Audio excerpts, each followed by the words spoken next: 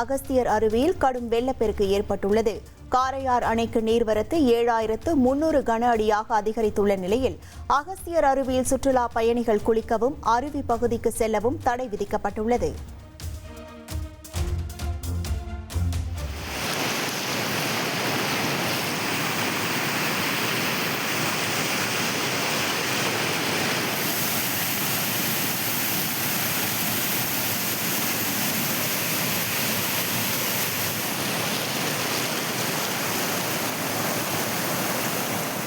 புதுக்கோட்டையில் தொடர் கனமழையால் நீர்நிலைகள் வேகமாக நிரம்பி வருகின்றன.